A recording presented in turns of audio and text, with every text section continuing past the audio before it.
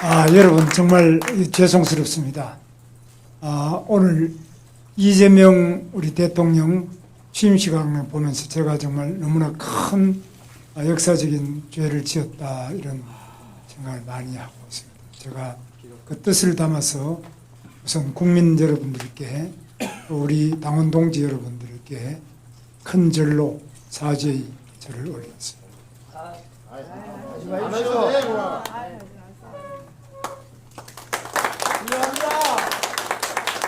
찾아올 수 있어요.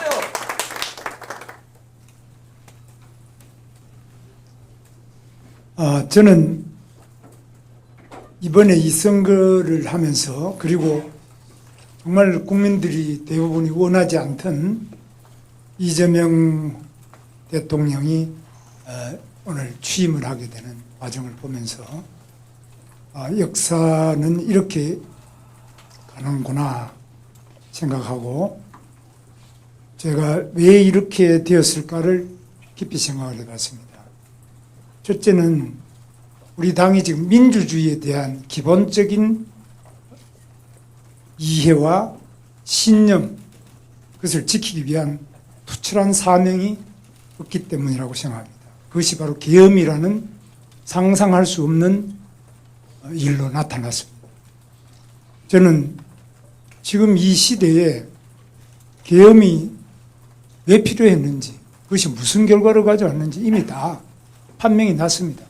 그런데 그걸 우리 당이 그 계엄을 했던 우리 대통령을 뽑았고 또 우리 대통령의 뜻이 당에 많이 일방적으로 많이 관철된 것에 대해서 깊은 자성이 필요하다고. 앞으로 절대로 이런 식의 계엄은 다시는 있어서는 안 된다. 어느 당이 뭐라 그런다 이런 것이 아니라 우리 스스로도 이건 아니다.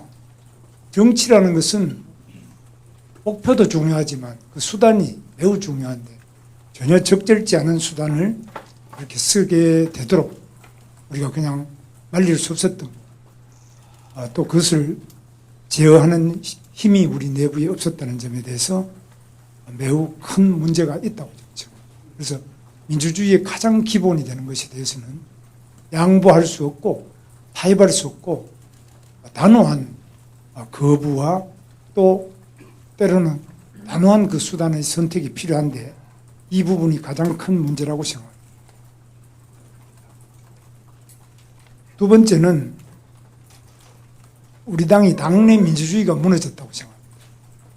우리가 과연 어떤 사람을 당대표로 뽑느냐 또는 누구를 우리가 공직 후보자로 뽑느냐 민주주의가 완전히 사라지고 있습니다. 삼척 동자가 보더라도 말이 안 되는 방식으로 우리가 공직 후보를 뽑지 않았는데 또는 당대표나 모든 것도 이게 당이 과연 민주주의가 살아있는 당이냐 민주주의는 아직 숨을 못 쉬는 당이냐 이런 점에서 깊은 성찰과 개혁이 필요하다고 저는 생각합니다. 두 번째로 우리 경제와 민생에 대한 우리 당의 투철하고 확고한 자기 역할이 필요한데 이 부분이 지금 사실 민주당이 이제 경제는 민주당이다 이런 이야기를 하는데 있을 수 없는 이런 포스터가 의원회관에 붙어 있는 거 보고 저는 굉장히 놀랐는데 그동안에 제가 당을 알기로는 경제는 당연히 국민의힘이다. 아주 너무나 분명한 구호였는데 지금은 과연 국민의힘이 경제를 제대로 하느냐? 민생이라면 국민의힘 아니냐? 딴 거는 몰라도.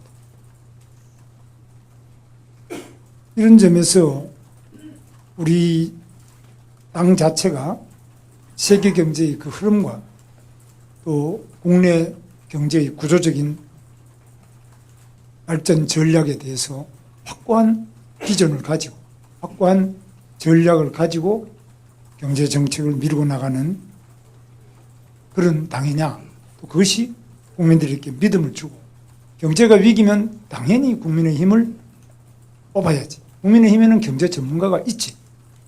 그 사람들은 경험과 실적이 있어서 그분들이 맡으면 경제는 살릴 거예요.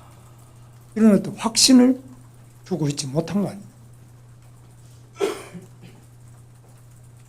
세 번째는 외교 안보에 대해서도 마찬가지로 지금 핵무기와 한미동맹, 각 한미일 외교 또는 여러 가지 외교 부분에서도 우리가 확고한 우위를 주고 있느냐. 이번에도 예를 들면은 이종석 같은 사람이 국정원장이다. 국정원이 그런 거냐?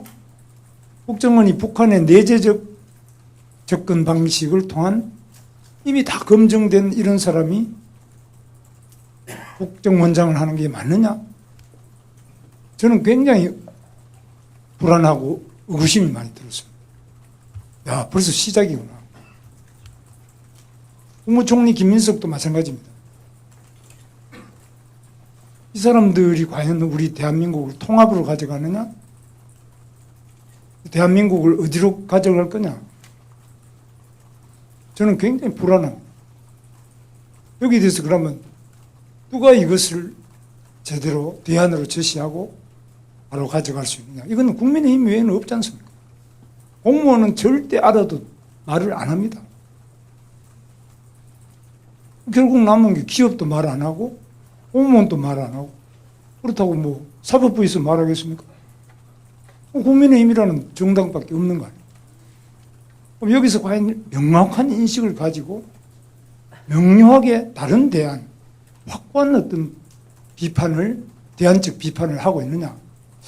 저는 굉장히 한번 생각해 봐야 될 점이 있고 이런 점에서 우리가 깊이 좀 돌아봐야 될 점이 있다. 그리고 무엇보다도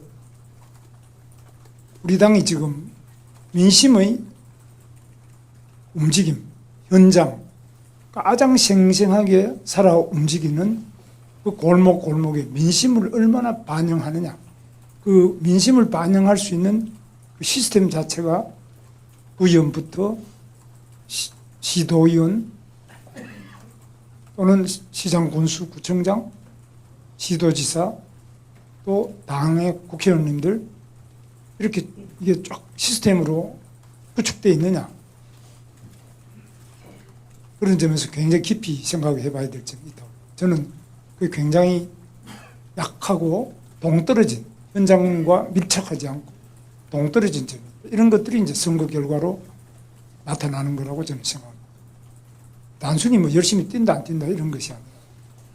그래서 우리는 근본적으로 밑바닥에 가장 민주주의의 뿌리 그리고 제일 밑에서부터 이게 어떻게 시스템으로서 구축돼서 중앙당이 작동하고 그것이 가장 관료적이지 않게 민감하게 유연하게 민심을 수렴하고 민심에 우리들의 정확한 뜻이 전달이 되느냐 이런 것들에서 아까 이제 모든 우리 김영투 비대위원장님과 주요한 발언자들 말씀하신 거하고 저는 같은 맥락인데 그래서 우리끼리 지금 또 이제 다투는 것도 어느 정도 다투고 어느 정도까지는 다투지 않아야 되겠느냐 이런 부분도 좀 어떤 룰 자체가 확립이 안 돼 있다고 저는 생각합니다. 아무리 부부간에도 서로 다투지 않습니까?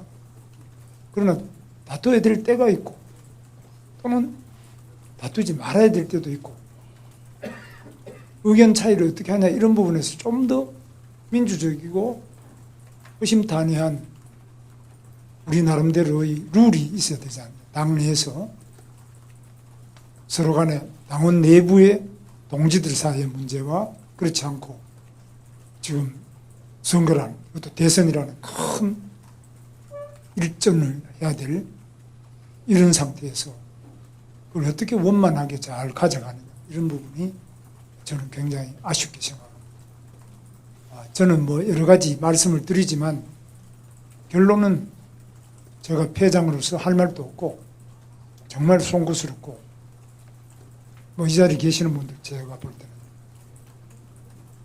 민주당이 그 어떤 분보다도 개인적으로 탁월하고 훌륭한 분들이 많이 계시는데 제가 되었더라면 국무총리는 저 사람보다는 우리 당에 있는 누가 더 좋은데 그런 생각을 제가 많이 해보는데 그러나 제 부족함으로 많은 기회를 놓치게 되고 국민들이 그로 인하여 고통받고 또 앞으로 상처받을 국민들이 생각하면 정말 송구스러운 금할 수가 없습니다. 다시 한번 저희 부족함으로 이러한 패배를 안겨드리면서 용서해 주시고 다시 한번 이 절망하는 우리 국민들에게 우리 모두가 심기일전해서 대한민국에 그래도 희망이 있다. 비록 우리가 패했지만은 희망이 있는 대한민국이라는 것은 국민의힘이 있기 때문에 국민의힘의 목소리가 있기 때문에 국민의힘의 여러 우리 지도자들이 계시기 때문에 우리 국민에게 그래도 정치의 희망, 나라의 희망, 경제의 희망, 민생의 희망이 있다는 그 마지막 희망이 될 수 있기를 기대하면서 저는 다시 한번 우리 당원 동지 여러분과 국민 여러분께 깊은 사죄의 말씀을 드립니다. 감사합니다.